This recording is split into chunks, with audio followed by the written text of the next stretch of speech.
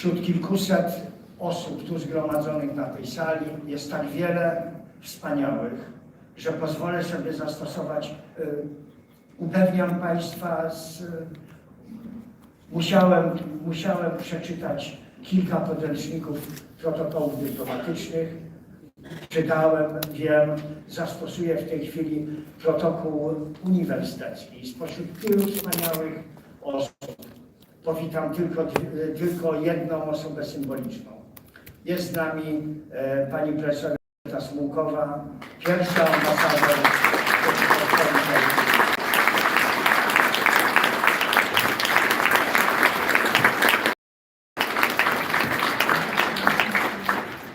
Ambasador Rzeczypospolitej na Białorusi. Dla nas osoba symboliczna.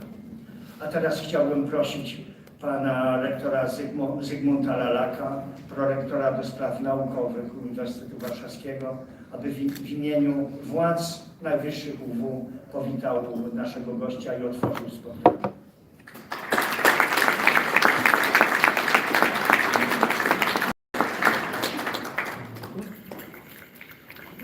Panie rektorze, drodzy Państwo, przede wszystkim drogi i szanowny gościu. To jest wydarzenie wyjątkowe dla Uniwersytetu Warszawskiego, uczelni, która ceni sobie ponad wszystko wolność i niezależność. Gościć w swoich progach człowieka takiego jak Aleś Białacki. Wiemy wszyscy, kim jest laureat Nagrody Nobla sprzed kilku lat. Wiemy wszystkie, jakie są koleje jego losów. Wiemy, że jest to człowiek niezłomny, patriota, człowiek, który położył na szali swoje szczęście, swoją karierę, ale także swoją wolność, swoje życie, właśnie po to, żeby walczyć o te wartości, które są nam wszystkim tak drogie. Zarówno nam, członkom społeczności uniwersyteckiej, jak i nam, Polakom. Jesteśmy członkami narodu, który miał trochę więcej szczęścia od naszych wschodnich przyjaciół, od naszych wschodnich sąsiadów. Tam trwa ciągle porządek, który u nas już się wiele lat temu skończył i przeminął. Wszyscy mamy nadzieję, że na dobre i bezpowrotnie. Tam ten kraj ma trochę mniej szczęścia, tam ciągle jeszcze potrzebna jest walka, potrzebni są tacy ludzie, tacy przywódcy, tacy liderzy jak Aleś Białacki. Mam nadzieję, że również na wschodzie Europy zapanuje demokracja, respektowane będą prawa człowieka, respektowane będą te wszystkie wartości, które są nam wszystkim bliskie, że nadejdzie taki moment, kiedy Aleś Białacki i towarzysze jego walki będą mogli wrócić do swojej ojczyzny, będą mogli ją odbudowywać w duchu demokracji, w duchu nowoczesnego, demokratycznego społeczeństwa. Mam nadzieję, że ten czas nadejdzie już niedługo. W imieniu całej społeczności akademickiej Uniwersytetu Warszawskiego dziękuję bardzo panu Alesiowi Białackiemu za przykład, który daje nam wszystkim, za tę niezłomną walkę i życzę sukcesów, życzę powodzenia. Mam nadzieję, że przemiany, o które walczy, nastąpią już wkrótce. Dziękuję także Państwu.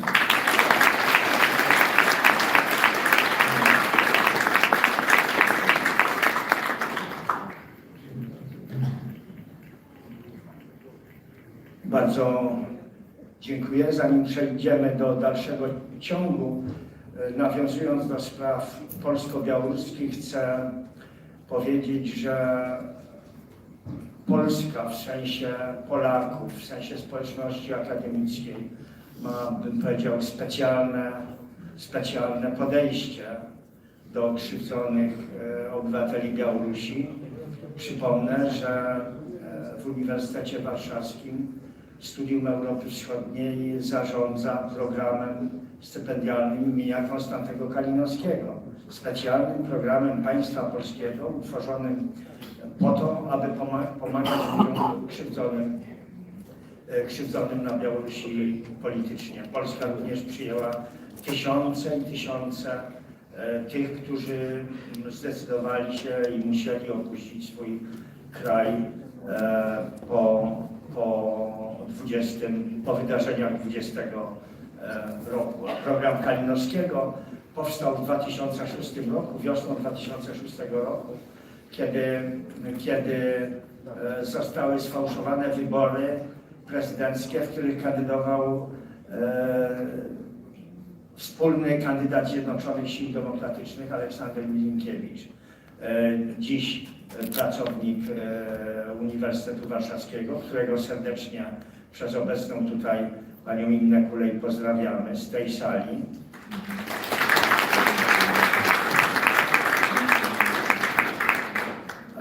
Aleksander jest chory i chciałbym, żeby odczuł nasze serce dzisiaj i teraz.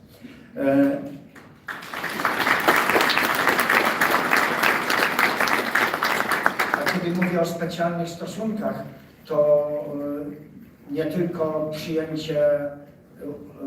przyjęcie emigrantów i uchodźców, nie tylko pomoc dla młodzieży białoruskiej, ale również Ministerstwo Spraw Zagranicznych ma specjalne stosunki.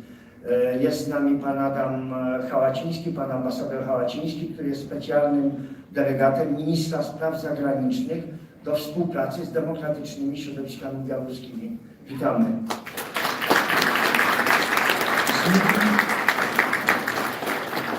Wobec żadnego innego kraju takiego rozwiązania Ministerstwo Spraw Zagranicznych nie zdecydowało się przyjąć jak wobec Was.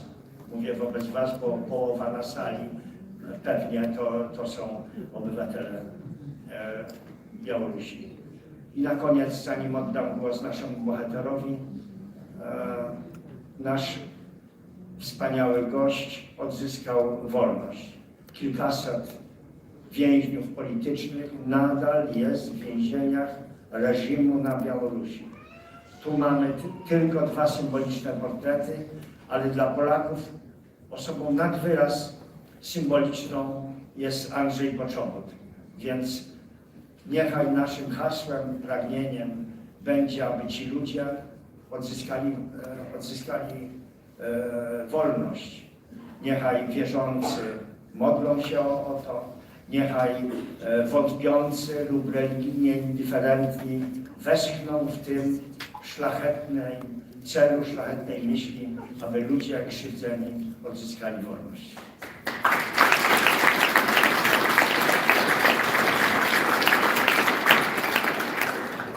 Oddajemy teraz głos naszemu gościowi na wypowiedź wstępną, a potem wspólnie z obecną tutaj Tacjaną Niadbaj, szefową białoruskiego PEN Klubu, będziemy prowadzić dyskusję. Bardzo proszę.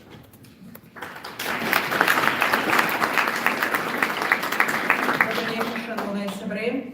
Я бы хотела подяковать и Варшавскому университету, и студию Европа-Сходней, и правоабарончому центру «Весна» за суорганізацію этой події. Як бачите, я говорю по-белоруску, і тому, коли вам раптом потрібен переклад, jeżeli ktoś potrzebuje tłumaczenia, to są słuchawki na sali. Дякую велике, что мы можем, каждый из нас, говорить на своей мове. И потому что я бачу, по-моему, мы целком выдатно одного разумеем и не потребуем перекладу. При этом хочу подякувати перекладчикам, які тут працюють. І нагадаю, що коли раптом переклад спотребиться, ви можете взяти тягом споткання навушники. Я представляю Белорусский ПЕН, организацию, яка была заснована в Беларуси в 1989 году, ликвидована в 2021 году, 9 жнівня, ровно у годовину президентских выборов, что мы, смеючись, воспринимаем как головную державную узнагароду за нашу деятельность.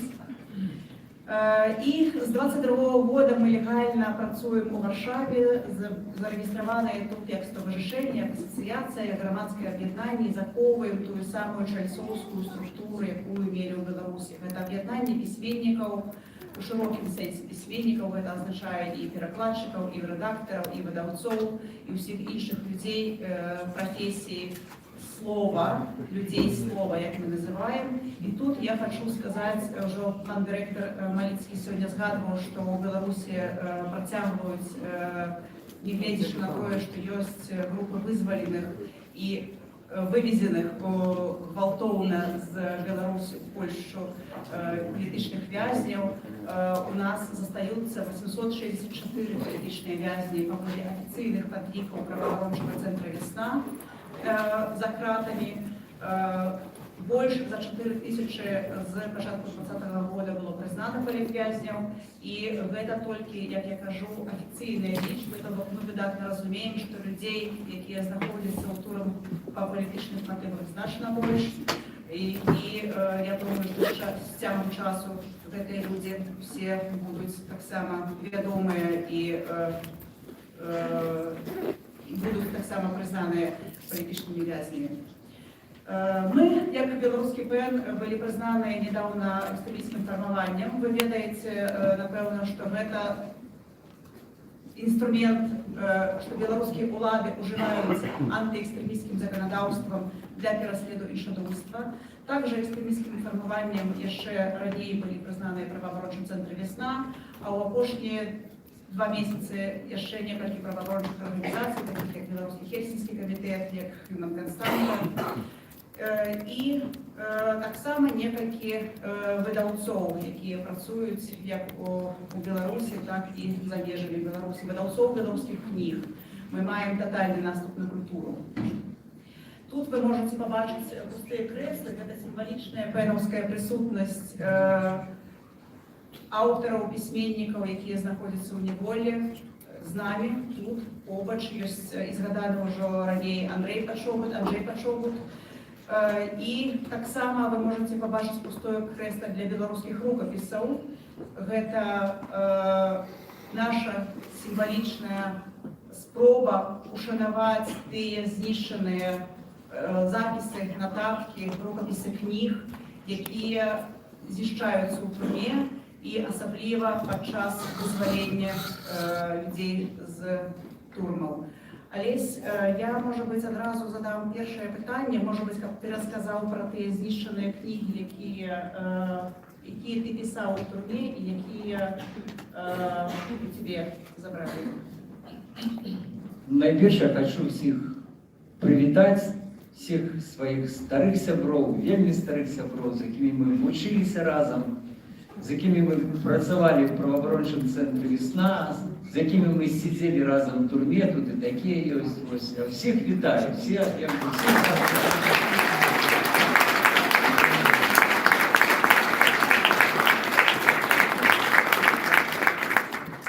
И для меня великий гонор выступать в стенах университета. Я 10 годов был на стипендии, 2 месяца жил как раз у Весну ровно жил в Варшаве, познакомился с Варшавой больше добра. Ну, але лёс склаўся так, что мы памятаем 20-й год, и мы памятаем ту ситуацию, когда перед нами был тяжкий выбор, заставаться, съезжать. Мы застались, и вот столько раз 4,5 годы я и мои коллеги, месяц тому Валентин Степанович, 4 месяца тому Владимир Лапкович, месяц тому Марфа Рабко. Вот мы врешті вышли на волю, и правда еще багато з наших сябров зараз сидять у турме, и мы спадзяемся, что они выйдут на волю. Я вельмі хотел бы, каб наша сустрэча была як мага менш фармальнай, потому что багато с кем з вас мы и смеялись, и спевали там, и что мы только не робили. Были за это свои гады жыцця, и зараз выступать за гэтым столом для мяне великий гонор, але з другого боку, ёсць нейкая пэўная сцена, якую хочется разбурыць паміж нами, каб мы адчувалі больше такой атмосферы сяброўскай. Вяртаючыся до того, что казала, про что пыталась Тацяна, сапраўды, вот тут и Максим Знак, які написал там 20 книжек в турме, 22 книжки в турме, а еще больше прочитал. Я, до речі, вот только зараз з ним сустрэўся, потому что у ліпені 21 года, когда меня арестовали и закинули в так званый Шанхай, а это камеры, которые по подвале находятся в Володарке, там 34 камеры, то мне сказали, что вот там в соседней камере сидит Максим Знак. Ось. І він сидів вже там довго, а я був там якби недовго. Я посидівши там 3 дні, я зрозумів, що це далеко, ну, таке місце близьке до чистця. Це ще не пекло, але вже чистець, скажімо так. Ось. Тому що камери переповнені, Гречиня плюс 30. Все ходят в трусах, потому что иначе немагчимо. Там проходы такие узкие, что мы протискаемся боком, по 3 человека спят один над одним. Ну, сапраўды такие, как бы Шанхай. Вот. Но долго я там не просидел, правда, потом меня переместили уже в трохи лепшие умовы. И натурально, что там был час, что там все заробить. На допыты водят раз на тыдзень. Ось. Все мои допыты кончались 27 артикулом Конституции Республики Беларусь, что отказывать не буду, ось, и все. Ось. И они, звичайно, ну, формально питання задавалися.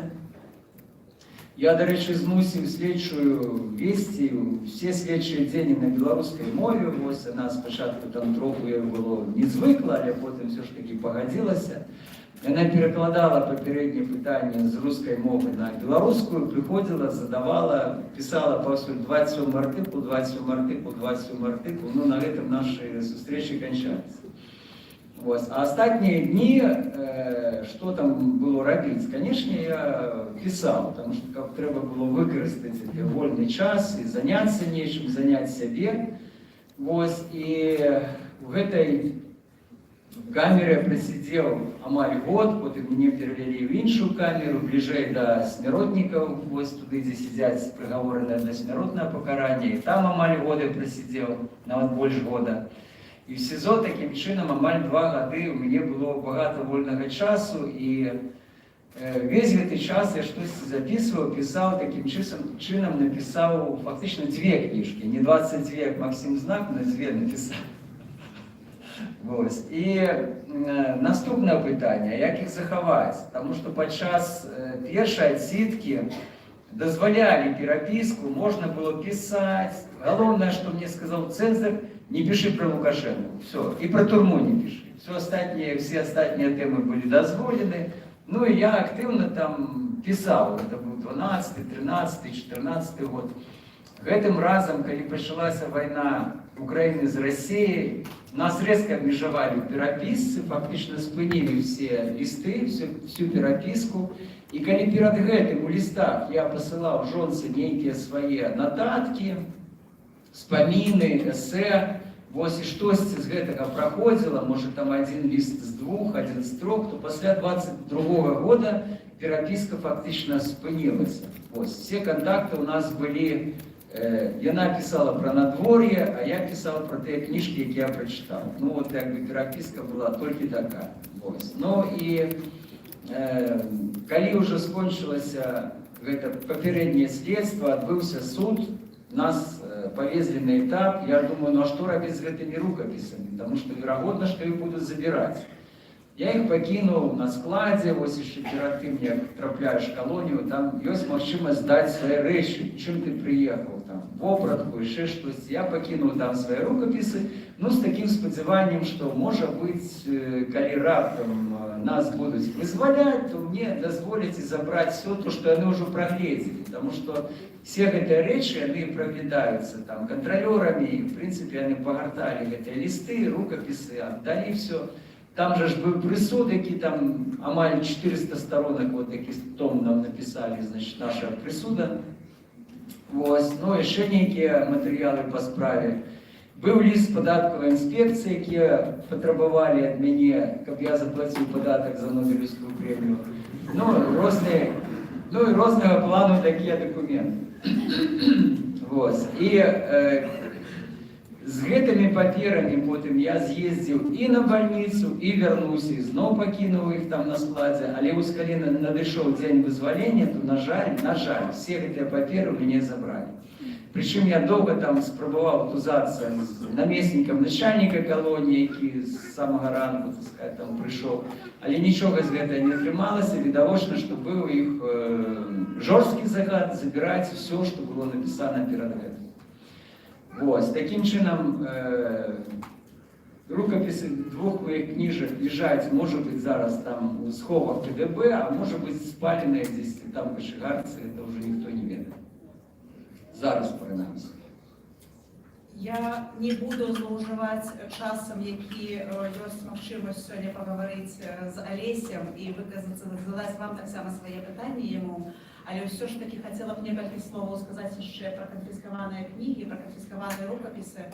У пустое крэсла, якое вы тут бачыце, і там ляжыць кніга «Іліяда», пераклад на беларускую мову, які быў здзейснены Лявонам Баршэўскім і апублікаваны ўпершыню поўны пераклад у 24 годзе.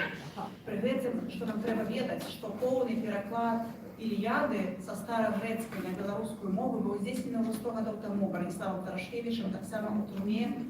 І гэты пераклад быў канфіскаваны, зноў жа, і невядома, ці ён дзесь захаваўся, ці ён знішчаны. Але гэта прыклад таго, як нават далёкія ад палітыкі кнігі, якія пераклад такога тэкста на беларускую мову, ён закліканы развіваць беларускую культуру, развіваць беларускую мову, прыўлашчваць культавы тэкст, для того, каб развіваць беларускую літаратуру. Мы пазбаўляемся такой магчымасці, нас забіраюць гэтыя тэксты, нашу культуру знішчаючы таксама нашу ідэнтычнасць. Я нездарма задала першае пытанне. Яшчэ одно. Тут ёсць пустыя крэслы іншых людзей, але да моманту, пакуль Алесь быў вызвалены, мы таксама мелі пустое крэсла Алеся. Я зараз хацела бы ўрачыста Алесю яго ўрачыць, спадзяючыся, што больш ніколі нам не давядзецца яго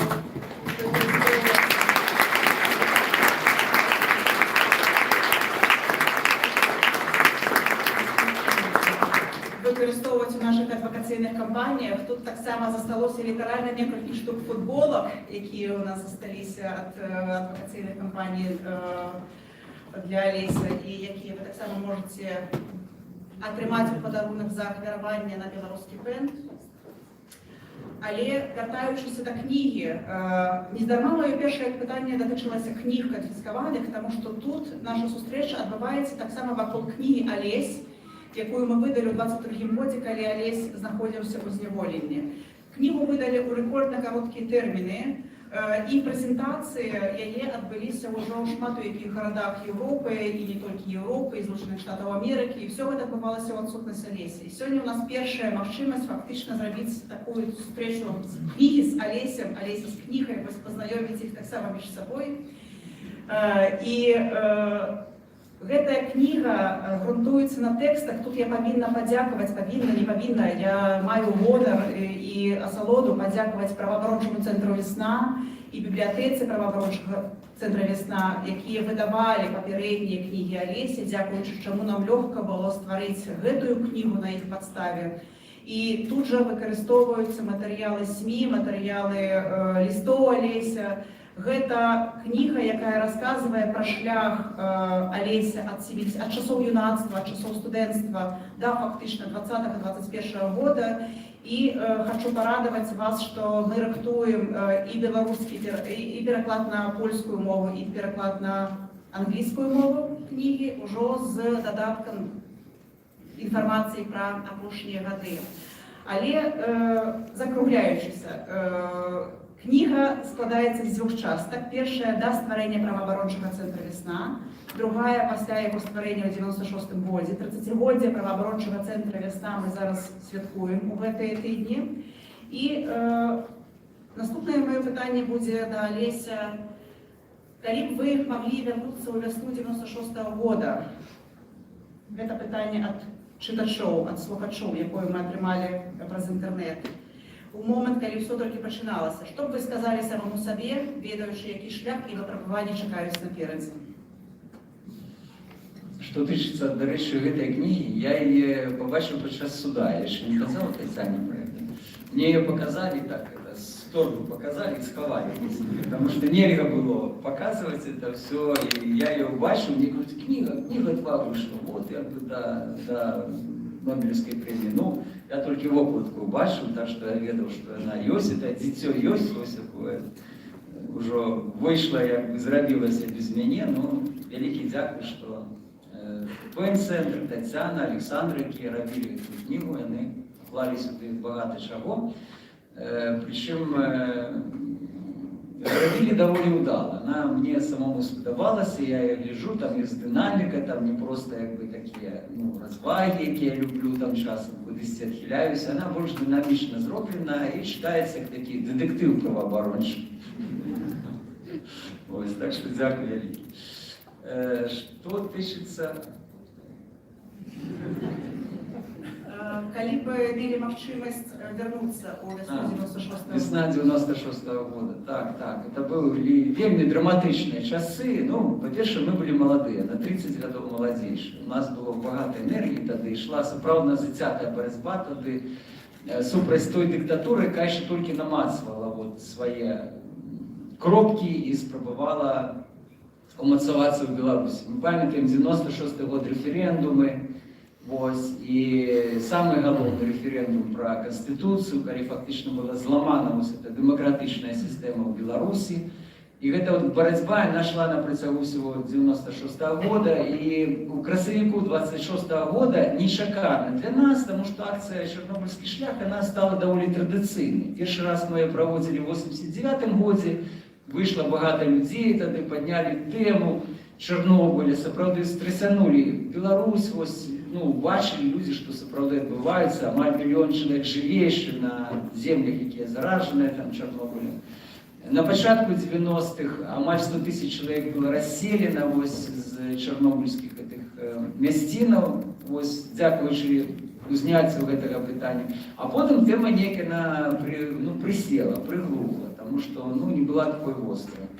В 96-м году супала 10-та годовщина Чорнобиля, і ось це союзные домовы, які Лукашенко почав заключати з Єльцином. Одну, другую, там, і союзна держава, там, і так далі, і так далі. Ось. І люди виходили на Чорнобильський шлях, протестуючи супроть об'єднання з Росією, протестуючи супроть духовного Чорнобиля, супроть розбурення білоруської едукації, які тоді активно проводили білоруські, так звані, лукашенковські влади.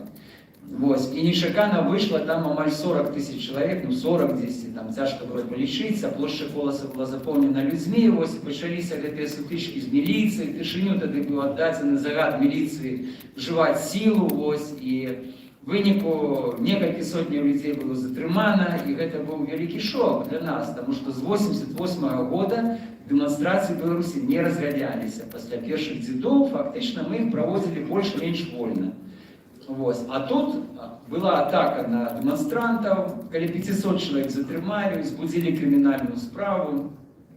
Ось. И, конечно, мы створили группу такую з неабияковых людей, які почали хутко збирати інформацію, робити допомогу.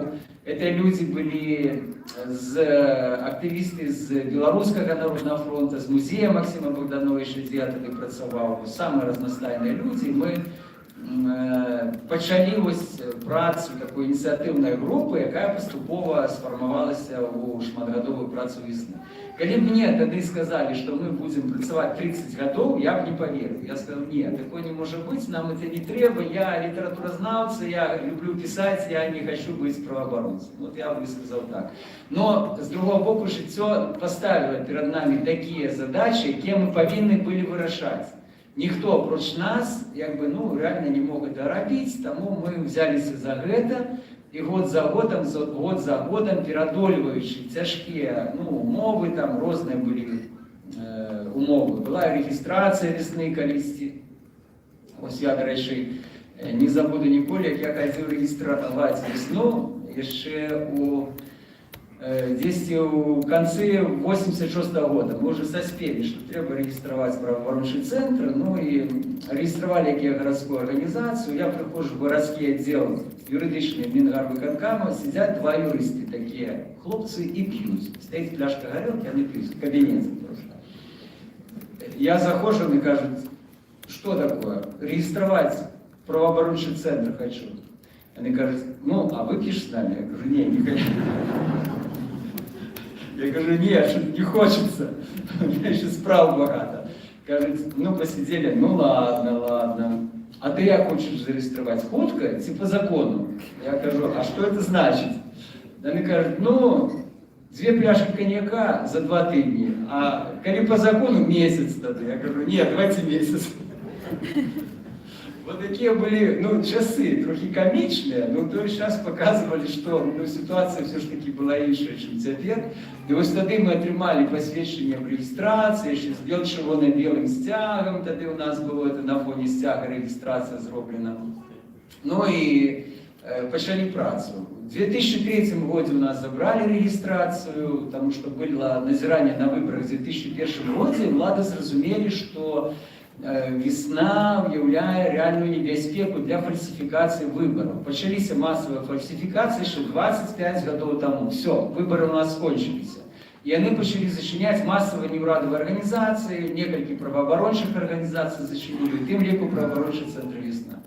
Но я же имел опыт працы такой и подпольной, и поподпольной 80-х годов, когда мы працевали в неурадовых организациях, там, у так званых там неформальных об'єднаннях, ось. Ну, и, отповедно, собрались мы своим колом, и я кажу, сябры, нам регистрация это не потребна. Працуем по факту, так как робили это правооборонцы в Советском Союзе в 60-е, 70-е годы.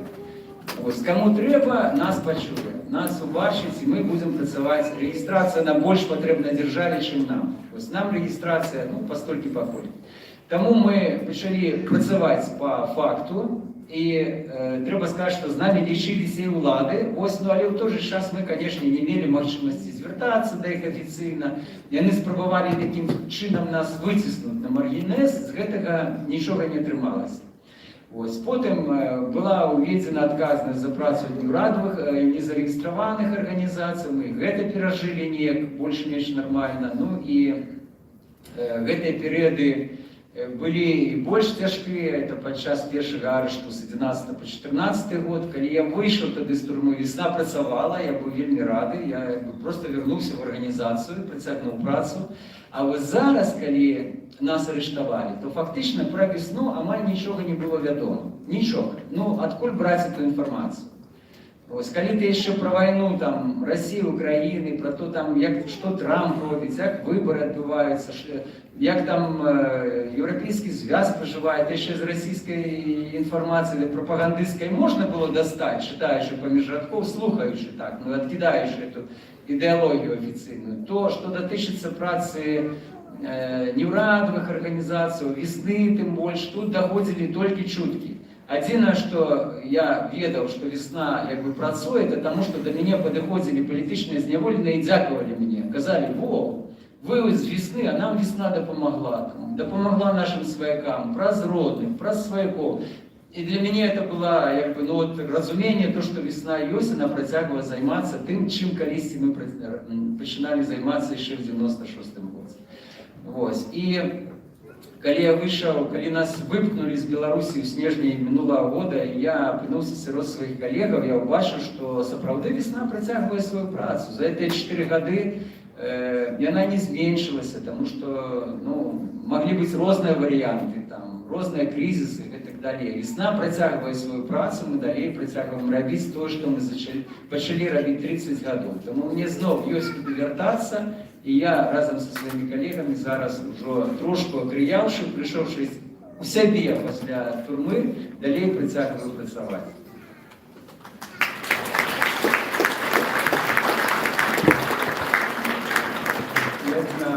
Proszę Państwa, to teraz jedna uwaga i garść informacji.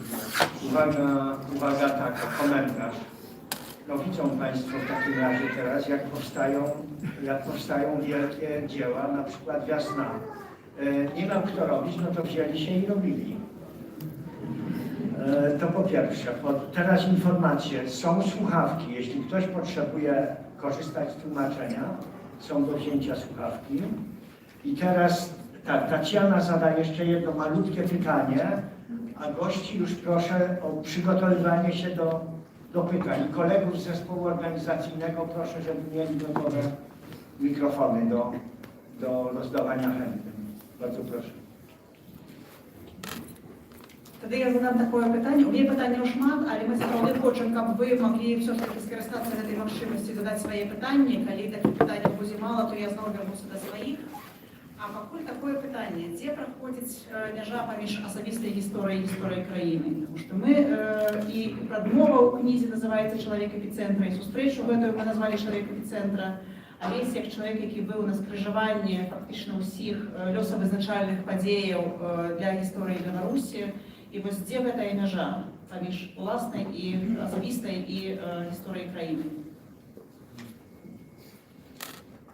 Ну, Я думаю, кароткая. Мне в житті не пашанцавала, тому що я завсёды займаўся тым, чым я хацеў займацца. Это вельмі важна, калі ты робіш гэта не з-пад палкі там працу, там дзесьці ходзіш на службу, а робіш тое, што табе падабаецца. Я адпрацаваў пэўны час у музеі Максіма Богдановича, вельмі такі хорошы перыяд, калі мы пабудавалі 4 літаратурных музеі, вось, і ў Беларусі, не толькі ў Беларусі, і рабілі музей Максима Богдановича был центром белорусской культуры и громадской деятельности. Там было зарегистрировано около 40 неурадовых организаций. На это 500 я давал регистрацию всем, всех, кто приходит.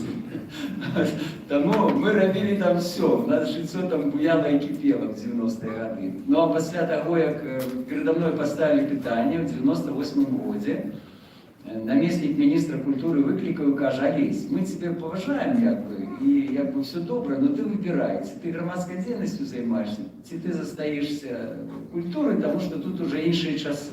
Ну, 98 год, зрозуміло, що почалися у нас відступлення від демократичних правил, ти не мог займатися активно, не бути активним в громадській діяльності, одночасово займати некую більш-менш там посаду. То я ему сказал, что окей, написал заяву и сышу. И с 98-го года я весь час працую весне. И знову ж не шкадую про это. Хотя я ще раз повторяюся, що я ніколи не думав, що наша праця затягнеться на такий довгий час.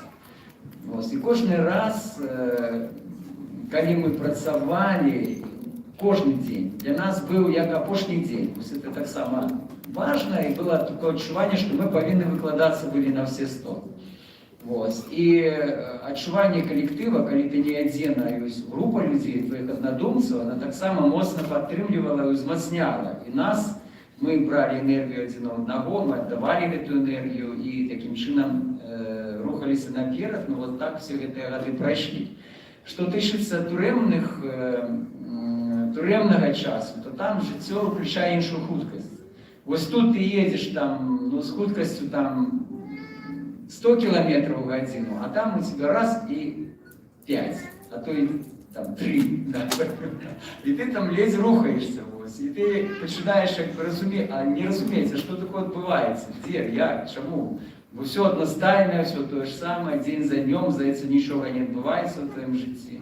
І ти тільки весь час змагаєшся з битовими питаннями, з питанням тиском адміністрації, взаємоотносинами з іншими зневоленими. Ти опинаєшся в іншій ситуації, в іншій атмосфері. І от чому важливо після тюремного зневолення, коли люди місяць, 2, 3, 4, там, вони приходять в себе, тому що знову вертаються до нормального життя. Но там я так само видатно розумів, що ми далі притягуємо свою працю. Там треба було набиратися терпіння і тривати. Бо немає нічого більш яскравого, коли правооборонці сидять в тюрмі, як показати ситуацію з правами чоловіка в Україні. Більше нічого говорити не треба, фактично. Тому наша справа була сидіти. Ось ми сиділи, поки нас не випустили. Ну, фактично, і знову тут якби інша худкость вже починається. Там було одно життя, тут інше. Це справді якби інший період, іншої худкості, але справа одна і та ж. Тому переключення з одного на другое, ну, може бути в нечому і дає, не замилюються в очі, тому що зараз я гляжу на світ такими новими очима, мені все цікаво в этом житті, скажімо, в порівнянні з тим, як воно було там ще 4 місяці тому. Ось. No to teraz już możemy oddać sali. Podawajcie ruki. Kto pierwszy, tak. Pierwsza pani białej marynarce. Добрый день, Спада Радевич. не ведаю, ці трэба прадставіцца, я Анхеда Спіноса з Весны і Варшаўскага універсітету. Mikrofon nie pracuje. А зараз? Добрый день, спадар Олег. Не ведаю, ці варта прадставіцца, але я Анхеда Спіноса з Весны і Варшаўскага універсітета. Вось паводле вашага досведу, густу і літаратуразнаўчых ведаў, якая кніга найлепшая для чытання ў цяжкія часы?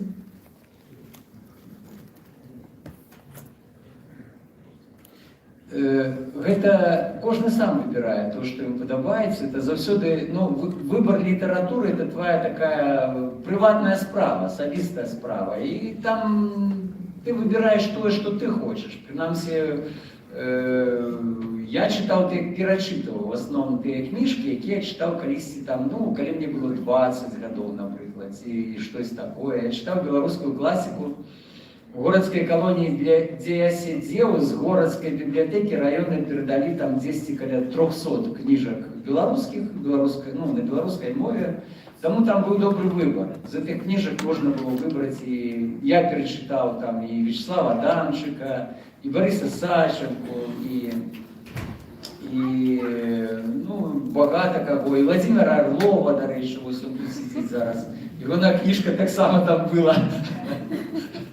Вось, нават дзве. Вось, і там ёсць магчымасць выбара, ўрэшце, нават калі гэта мінімальная магчымасць, то все роўна табе што-то цікава, скажем. Ты заўсёды можаш знайсці нават сярод, здавалася б, нецікавай літаратуры, тое, што цябе закранае, тое, што ты можаш перачытваць, чытаць і так далей. Таму гэта прыватны выбар. Я чытаў вершы Барадуліна, там стаяў 4-томнік Барадуліна, я перачытаў яшчэ раз сягу Барадуліна. Я перачытаў 4-томнік Ніла Гілевіча, вось, таксама яны там былі. Там, кніжак хапала і дастаткова прыстойных, нармальных. Дякую, ласка, там був шпадарок, який задав питання.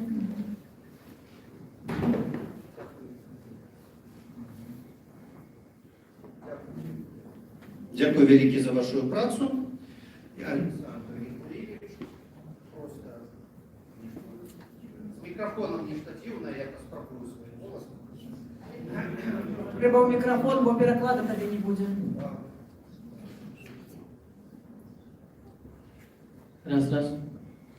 Дякую вялікі. Ёсць такая дзіўная рэч зараз у Беларусі, бо з аднаго боку ёсць сапраўдныя героі, такія як Алесь Бяляцкі. З іншага боку ёсць нечыйныя людзі беларусы, якія фактычна не прызнаюцца нікім. Мы вінаватыя перад расейцамі за тое, што мы недастаткова расейцы, перад украінцамі за тое, што мы не сталі украінцамі. І атрымліваецца так, што 9 з 10 выпадкаў рэпрэсіі яны не трапляюць увогуле нікуды, і людзі нават саромеюцца аб гэтым казаць. Гэта мусіць нават не палітычная, нейкая антрапалагічная справа. Тут трэба лезці ўжо ў антрапалогію, мусіць я палезу высвятляць, чаму не так. А што вы скажаце аб гэтым эфекце?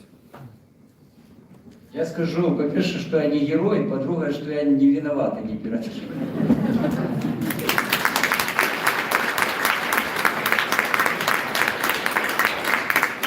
Не треба крыўдзіцца, не треба ставить себе ситуацию, когда ты покрыўджаны. Треба быть больше активным и отстаивать свои правы повсюду.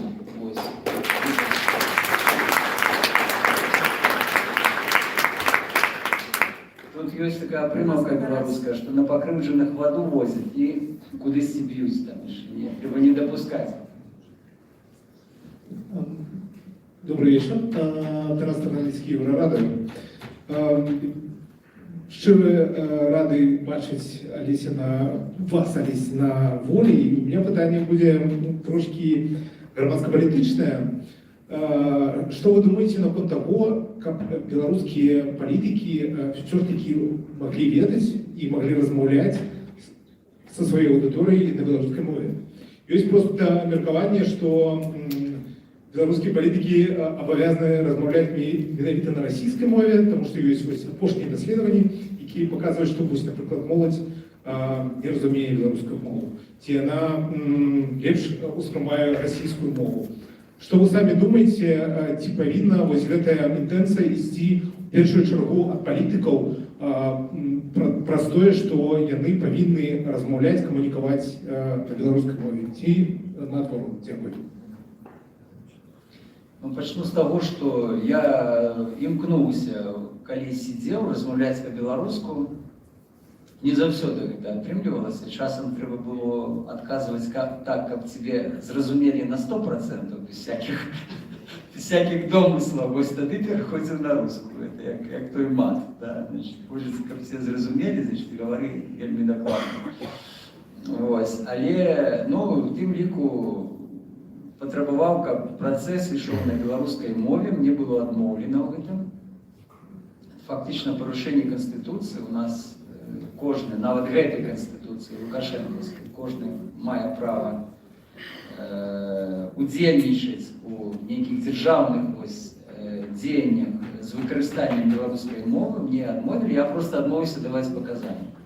І фактычна не удзельнічаў у судовым працэсе. Яшчэ раз паказанне таго, што беларускія ўлады, яны ігнаруюць і зневажаюць беларускую мову, яна для іх нішто.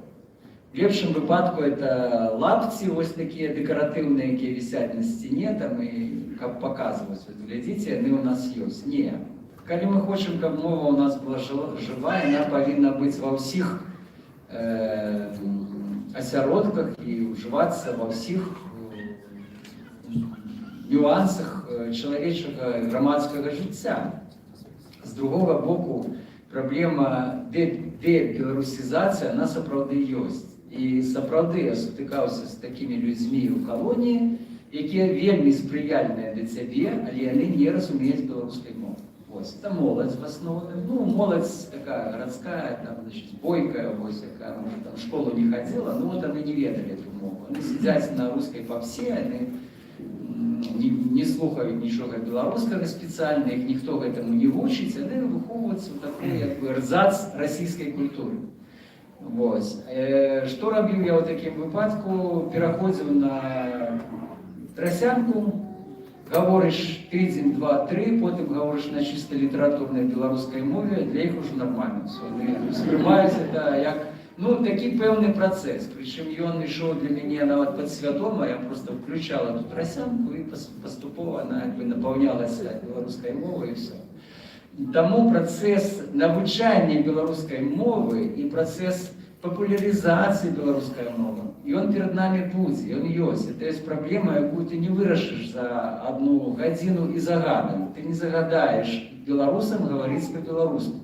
Кожен, ну, має право говорити так, як він хоче. Інша справа, що чиновники, війська, державні служащі, вони мусять ведати білоруську мову, вони мусять її користатися, використовувати. Звісно ж, нам треба позбавлятися від цієї державності, двохмовної державності, мусить бути одна білоруська мова однозначно. Російська мова може вживатися тими, хто на неї розмовляє, але ми мусимо давати білоруській мові підтримку від держави. То, що зараз держава не робить ні на кроку. Що дотичиться сьогоднішньої політики, дякую Богу, я не політик, тому мені за це якби відказувати не треба, хай от ти відказуєш, хто займається білоруською політикою.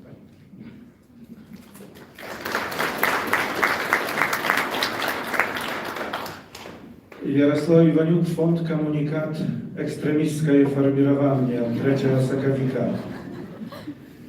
Aleś, ja u braciach tego pytania, u zamierzy dzienniczaje szereg białoruskich wydawnictw, niektóre liczą, że to już больше za 20. Szmat z nich wydają księgi, nie tylko po białorusku, a tak samo i na rosyjskiej mowie. My od samego początku, kiedy zaczęli zajmować się wydawiecką sprawą w 2021 roku, od księgi u Władimira Nieklajewa Hej Benginon, trzymajemy się pryncypu, że nie będziemy wydawać niczego na rosyjskiej mowie. Jak wy liczycie, czy naprawdę warto prociągać właśnie nawet taką politykę jak komunikat, czy już taki warto zwracać się tak samo do księg po rosyjsku? Dziękuję. Ну, безумоўна, калі мы робім штосьці для беларусаў і для беларускай культуры, мы павінны выкарыстоўваць беларускую мову, таму што гэта ёсць элемент нашай духоўнай культуры. І коли ми хочемо заховатися народом на ближайшие там 20-200 годов, ми повинні використовувати білоруську мову, тому що без мови ми розмиємося, нас просто розтягують на куски. Це зрозуміла ситуація. Ось, тому абсолютно правильно. Треба видавати на книжки на білоруській мові. По-русски книжки треба видавати у Росії. Ось там видавати білоруських письменників по-русски.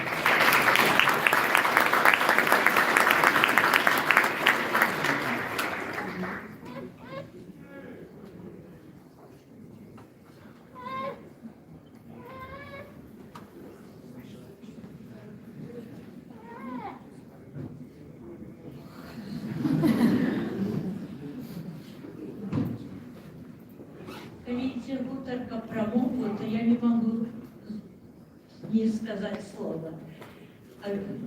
Może także dla polskich publiczności, która niekoniecznie musi znać białoruski. Mnie bardzo zaimponowało w książce waszej, Alice, to jak wy piszecie o własnym przejściu na białoruski od rosyjskiego jednak. Więc polecam przy okazji książkę, którą już prezentowano tutaj, Alesia, wydaną przez PEN białoruski.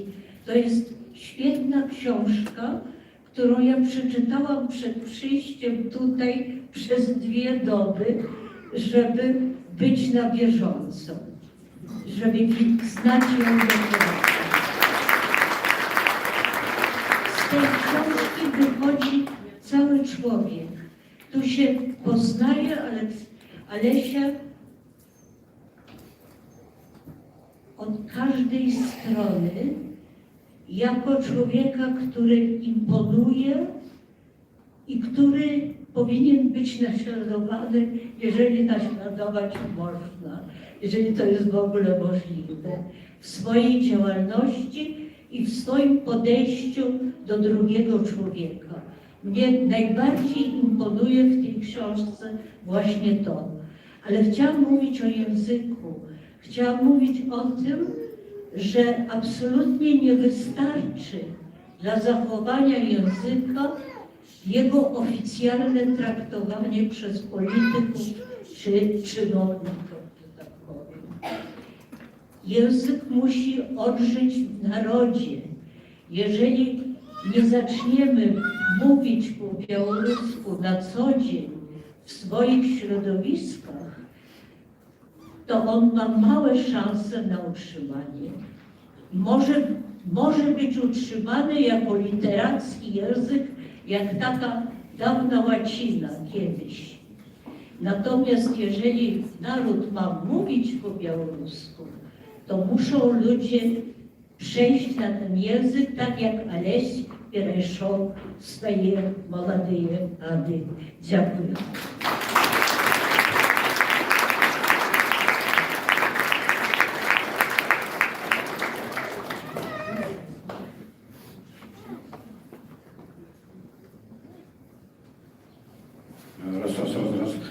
Всех приветствую в этом зале. Спасибо большое Олесе, что он борется за права человека. И когда он уже... Я представлюсь вначале. Я кандидат в президенты Республики Беларусь 2020 года, Чудинович Юрий Евгеньевич. Спасибо, что дали мне слово большое. Вот, хотел бы поблагодарить Олеся, конечно, потому что я видел, как он со своей организацией все-таки выступал жестко, и когда задерживали наших политзаключенных, ребят, которые выдвигали меня, которые выдвигали других, нашего генерала Статкевича и других. Я был в 2020 году, приехал из Германии и выдвинулся 15 числа генерал Статкевич, меня подал кандидатом на пост президента Республики Беларусь.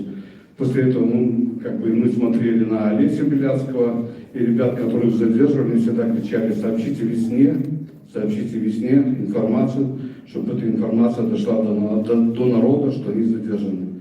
И весна была на тот момент, наверное, лучиком света, потому что все наши активисты были задержаны, мне приходилось проводить мероприятия, митинги в поддержку Светланы Тихановской, потому что у нас как бы зарегистрировались команды.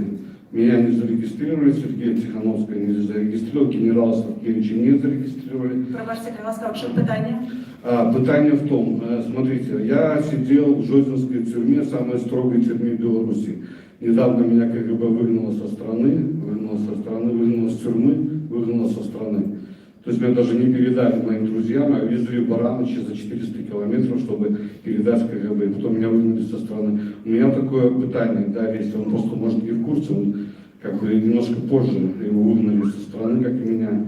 Такой вопрос. Евросоюз, Польша выделила на помощь политзекам 500 миллиарда, официально только 500 миллиарда,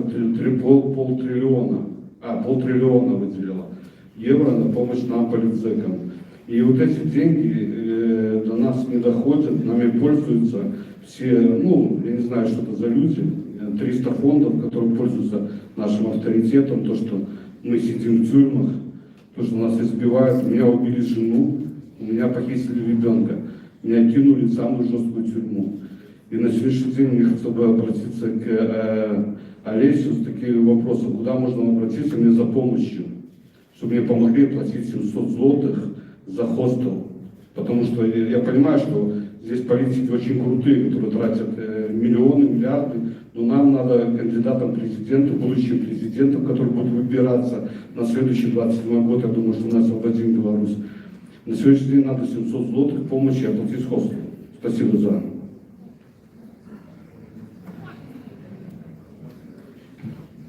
Я думаю, што вы можете падысці да мяне пасля гэтай сустрэчы і я вам магу падказаць, куды можна звярнуцца.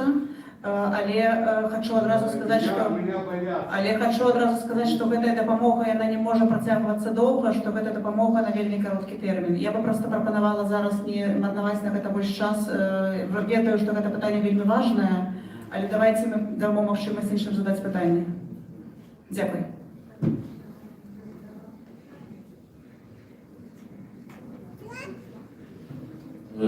Добрый день, меня зовут Зуртан Халтаров, я здесь в Варшаве представляю общественно-политическую организацию «Бурят Герун», буряты экстремисты-террористы.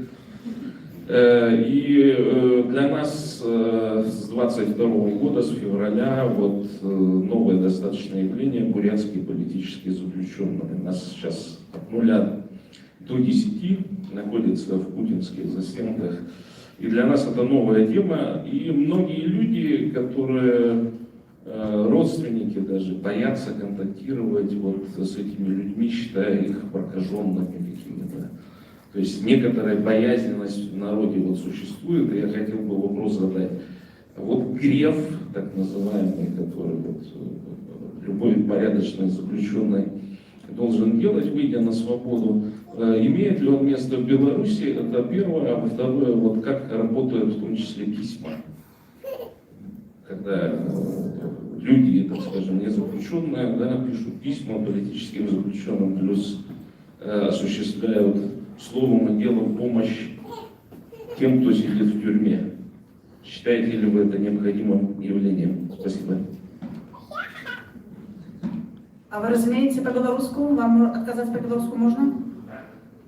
Хорошо. Добро. Ну, что дотычется письма, изоляция, письма не доходят. Мне, я докладно ведаю, там, ну, вельмі багато хто писав, коли падчас першай адсідки за 3 годы мне пришло 30 тысяч писем. Мне приходило... Мне одному приходило там 500, а колонии, где 2000 человек сидит, 200. И все так это Беляцка, мы такова. Так, така була підтримка. Конечно, ти відчував ту солідарність, там, она з усього світу, з інших країн, з Білорусі письма приходили, це було класно. Зараз все, це скончилося. Як війна почалася, все, спинили всяку переписку. Я за минулий год від жонки отримав тільки одно письмо. Все, больше ничего. От меня на свободу вышло 0 писем. Фактично эта тема закрыта. Вот. Что дотычется подтримки политзняволеных, по-рознаму.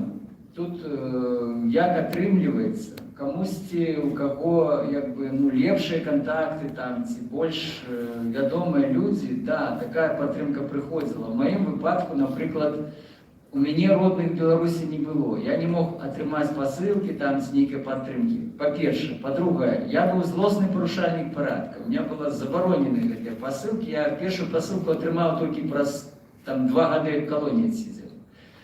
Вось. І таму тут по-рознаму, у кожнага свая ситуация. Вот. Здесь сидят в скрытой турме, вот мне говорили, там нормально, посылки отрымливали. У нас в колонии забирали все, ты там не мог отрымать, это называлось обезжиривали, да? Что ты там... Вот. И ситуация вельми розная, але солидарность людей есть, и, на жаль, таксама пачалі пераследаваць тых людзей, якія дапамагалі палітычным зняволеным. Вось наши волонтеры, ввогуле просто людзі, якія не арганізаваныя. Ну, напрыклад, мне перелічаюць там 10 рублёў, 20 рублёў, это 5-7 долларов. Перевод. Приходзіць ад пенсіянеркі, якая жыве ў Жодзінах. Праз 2 гады я сижу в колонии, до меня приходит следующую колонию, выкликает меня на допыт, кажут, возбудили криминальную справу, потому что вы экстремист, а это поддержка экстремистской деятельности. То, что она перелечила мне 7 долларов, я в колонию. Вот. И все. И таким чином яны спрабуюць разбить эту людскую солидарность, и мы ведаем, что некалькі человек потрапило в турму за такую допомогу, принамсі я читал про это, я таких людей не бачил, не читал. Ну, ситуация непростая. Вот. И, конечно, влады настроены на то, как максимально снизить солидарность людей, допомогу правооборончих организаций полізняволеным. Чему нас записали в экстремисты, чему іншие правооборонные организации записали в экстремисты? Потому что есть ожидание, конечно, как каждый человек жил поособку, зроень страх атрымаўся вялікі, каб як мага менш было арганізацыі і абмена інфармацыі. Зараз мы ведаем, што экстремістскімі чатамі прызналі сайты ці там чаты сваякоў калоній, якія ввогуле да палітычных не маюць адносін. Там звычайныя людзі абменьваюцца бытавой інфармацыяй. Калі калонія працуе, што можна перадаваць, якія навіны, якія там моманты, звязаныя чыста з пабытовай сітуацыяй зняволеных в колонии, гэтыя чаты зрабілі экстремісткімі. Мы бачым, як гэта экстремістка, як бы вот лейбы, шыльды, яны распаўсюджваюцца ўсё шырэй і шырэй, яны спрабуюць як бы разогнать, не дать працаваць любым аб'яднанням, якія хоць неяк могуць уяўляць патэнцыйную небяспеку для гэтых уладаў. Ну, ситуация вось такая. Іншая справа, что, конечно, паміж полізняволенымі у нас была своя солидарность. Вельмі часто, калі мы сидели в розных отрядах, в нашей колонии, в Городской, там было прикладно от 20 до 50 полізняволеных. Кого-то привозили, кто-то сыходил, кого-то термин кончался, весь час шла вот такая вот текучка. Кому-то давали там по 411, добавляли еще год-два, и человек ехал там на иншу колонию. Самые разные ситуации. Але, вядома, мы старались допомагать один одному, чем могли. Вот тут сидит Леша, с яким мы сидели в колонии. Я говорю: Леша, у меня мыло господарче скончилось, дай мне кавалок. Леша мне раз кавалок мыла дал. Дякую тебе, Леша.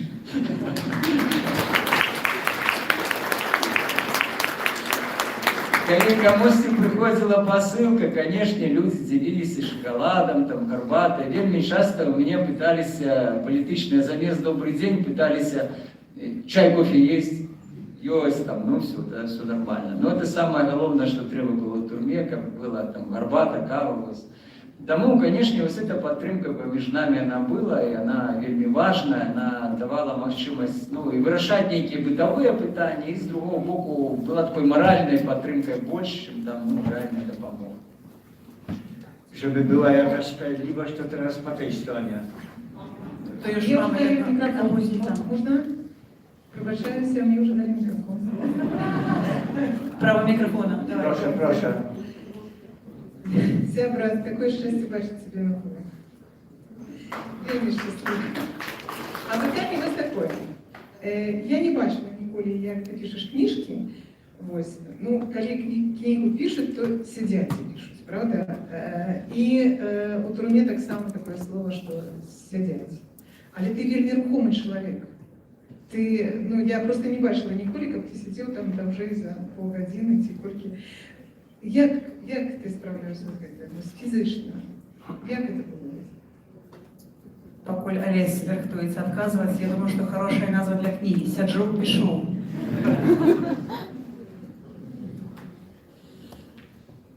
Ну, сапраўды, быць пісьменнікам трэба мець, як жартуюць, моцны зад, тому што, ну, трэба сидзець каля камп'ютара ці за столом і вот 8 гадзін сидзі паспрабую. Я па-іншаму пішу па-рознаму. Зараз спрабую таксама неяк занатаваць з таго, што было вот гэтыя апошнія там 4,5 гады. Вось. Ну і звычайна гэта з ноутбукам за столом ці просто на канапе, там, лежачы з ноутбукам на жываце, там, не толькі так. Іншая справа, што часу зараз небагата, ну, але спадзяюся, што за гэты год я штосьці паспею зрабіць.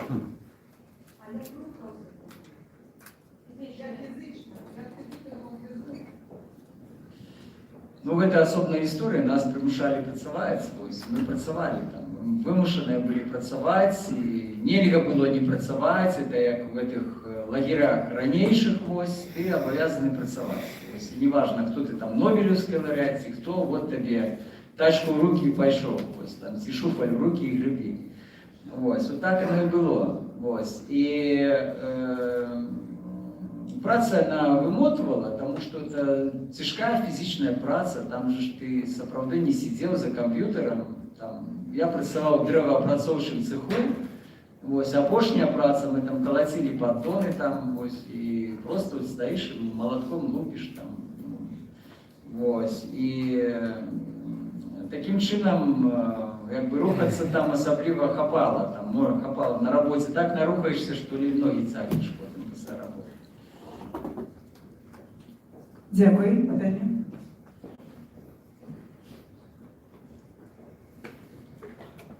Dzień dobry Panie Alesiu. Ja nie znam białoruskiego. Ja jestem pracownikiem, reprezentuję Narodowe Muzeum Techniki tu w Warszawie i my tam przede wszystkim promujemy polskie osiągnięcia naukowo-techniczne. Przede wszystkim mnie urzeka historia Ignacego Łukasiewicza, człowieka, który również, tak jak Pan, siedział za walkę o wolność. On został aresztowany w zaborze austriackim jeszcze zanim wybuchło powstanie i dało mu to trochę do myślenia. I uznał potem, że o wolność polskiego narodu trzeba walczyć trochę inaczej, mianowicie pomóc ludziom tak, no żeby stali się kimś, mieli pracę i tak dalej, żeby zmienić ich światopogląd. I w związku z tym mam do Pana pytanie, czy Pan, no bo w perspektywie przyszłości narodu białoruskiego i kolejnych wyborów, co Pan by doradził? Jak zmienić białoruskie społeczeństwo? Czy to też byłaby taka droga możliwa?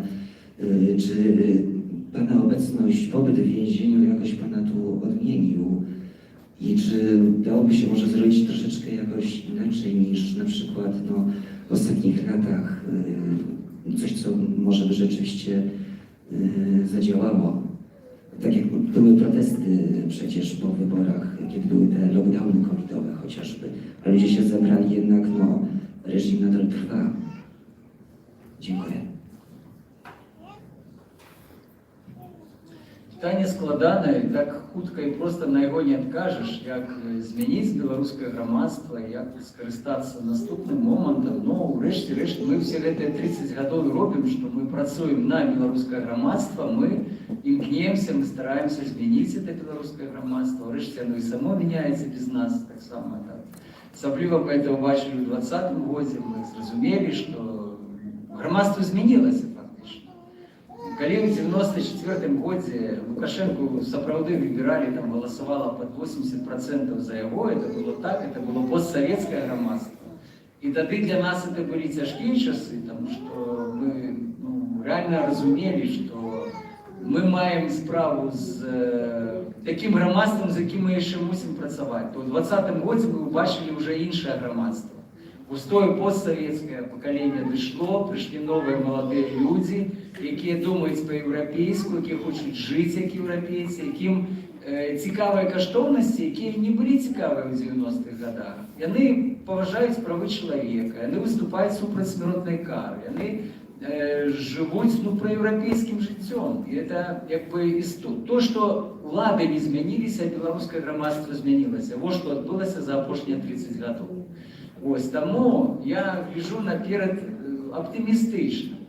Нам треба, відомо, допомагати гэтим змінам, тому що активно працює Росія, активно працює, так сказати, вот эта ідея руського міра, яку нам нав'язують про свої інструменти, які є, начиняються активно російські центри в обласних городах, вони возять дітей на екскурсії, як білоруських, так і російських, і делать обмін постійний. У них багато студентів з Білорусі вчаться в Росії. Це ж все не просто так. Це от походження таким якби повзучим чином російського міра у сьогоднішню Білорусь. І, звісно, ми повинні бути активними, ми повинні супротистояти этому русифікації Білорусі, ми повинні виступати активно за демократичні коштовності, ми повинні так само просити, і питання візів, і питання контакту для простих білорусів було відкрите. Щоб наші люди мали можливість їздити в європейський зв'яз, глядіти, як тут живуть люди, мати контакти, і тоді ось це дає ефект значно більше, ніж навіть праця там неурадових організацій. Ось. Тому я гляджу на будущее все ж таки з оптимізмом. Нам треба ще трохи попрацювати. У меня недавно пытались, сколько годов, я сказал 7. А мне кажется, чему 7? Я говорю, не веду, мне так сдается, что 7.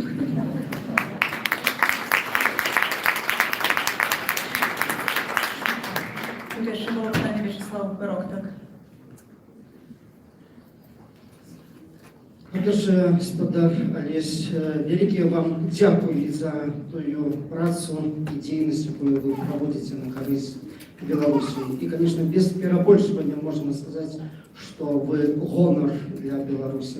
А сегодня полная залі тут глядачоў, слухачоў сведчыць аб тым, што беларусы на вас у сённяшні змрочны час глядзяць як на светлы знак спадзявання і надзеі. Вы глядзіце з аптымізмам у будучыню, а беларусы глядзяць на вас. І спадзяюцца таксама у вас убачыць пэўныя адказы. Ну, і крыху у працяг папярэдняга пытання я ўсё ж таки асмелюся працягнуць гэтую думку і запытацца, ці былі б вы сёння ў стане адказаць беларусам на такое пытанне, які галоўны дыягназ Беларусі сёння? У чым корень проблемы? Феномены мы знешне бачым усе, што Беларусь перамену патрабуе, але у чым ёсць корень праблемы? Ці былі б у стане даць дыягназ і даць лячэнне для хворай Беларусі? Дзякуй.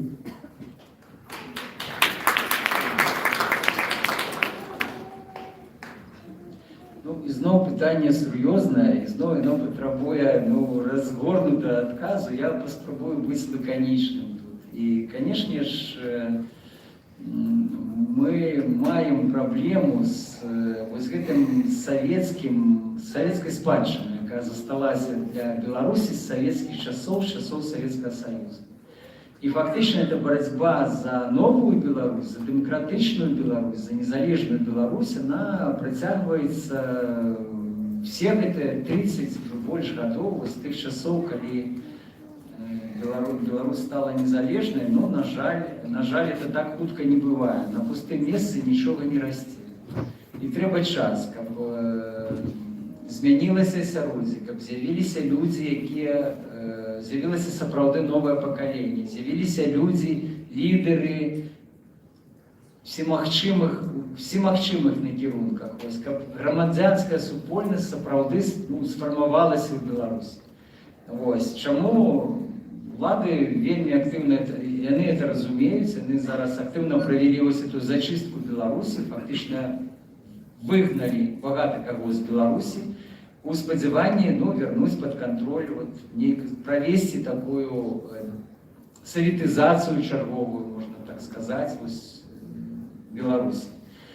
Я не думаю, что у них это атрымаецца, потому что немагчыма замяніць мільёны, скажем так. Мільёны людзей немагчыма змяніць, калі яны так думаюць, так як яны думаюць зараз.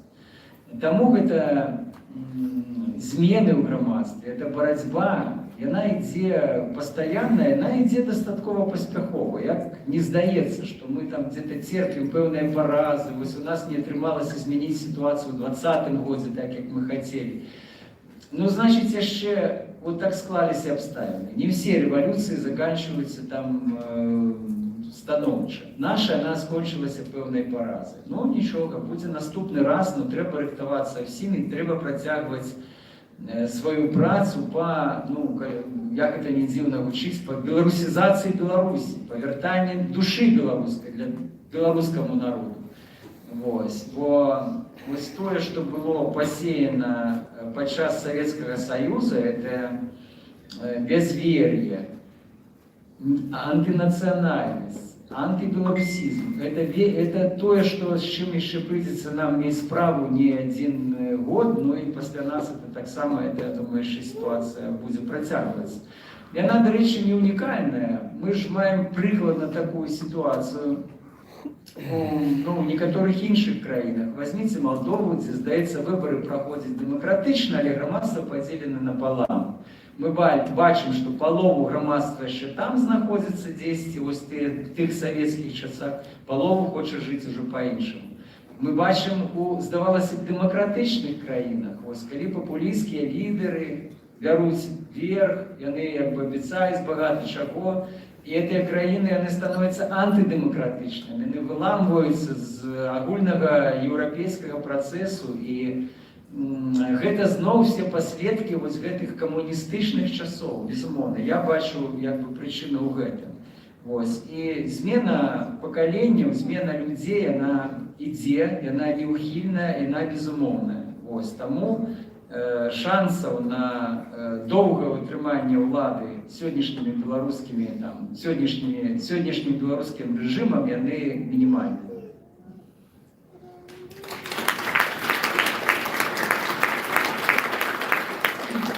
Привитание, господа Олесь. Меня зовут Татьяна Кулакевич. Я профессор университета Паўднёвай Флориды, Злученыя Штаты Америки. Я маю гонор находиться тут в университете Варшавским, у студии Европы Всходней. И рада быть тут побач з вами. І як політолог, моє питання наступне. Ви почали свою працу у 90-х годах. Ви були знайомі з політикою превентивного авторитаризму у Білорусі. Репресії у Білорусі почалися задовго до 2020. І питання таке, ви вибрали залишатися під час репресій у Білорусі, замість того, як виїхати і змагатися з режимом за межі. Чому? Дякую. Потому что это было магчыма. Тады это было магчыма. До 2020 года, нават, пакуль нас тут не арыштавалі, это была наша сапраўды свядомая пазіцыя, і мы мелі багата магчымасцяў там для этой працы. Як бы там ни было, былі зарэгістраваны багата арганізацый, былі незалежныя сродкі масавай інфармацыі, якія працавалі ў Беларусі. І мы праводзілі масу там семінараў, сустрэч, круглых сталоў, нейкіх акцый, цэлыя кампаніі праводзілі, супрацьміротнае пакаранне, напрыклад. Наша праца там кипела. Хотя так, мы были не зарегистрированы, подвергалися периодично нападам неким и репрессиям, но тем не менш, это было магчыма. Зараз вы ведаете, что ситуация змянілася. Пасля 2020 года практычна працаваць у Беларусі зараз легальна немагчыма. Засталіся, вядома, нелегальныя некие суполачки, там люди, миллионы людей напалоханы, боятся, но тым не менш яны точаць зубы, я ў гэтым перакананы, просто чакаюць нейкага змены моманту, яны тады выкажуцца. І по вялікім рахунку можна жыць в Злучаных Штатах зараз і ў Польшы, рабіць у 10 разоў болей, чым у цэнтры Мінска, калі ты будешь сидзець там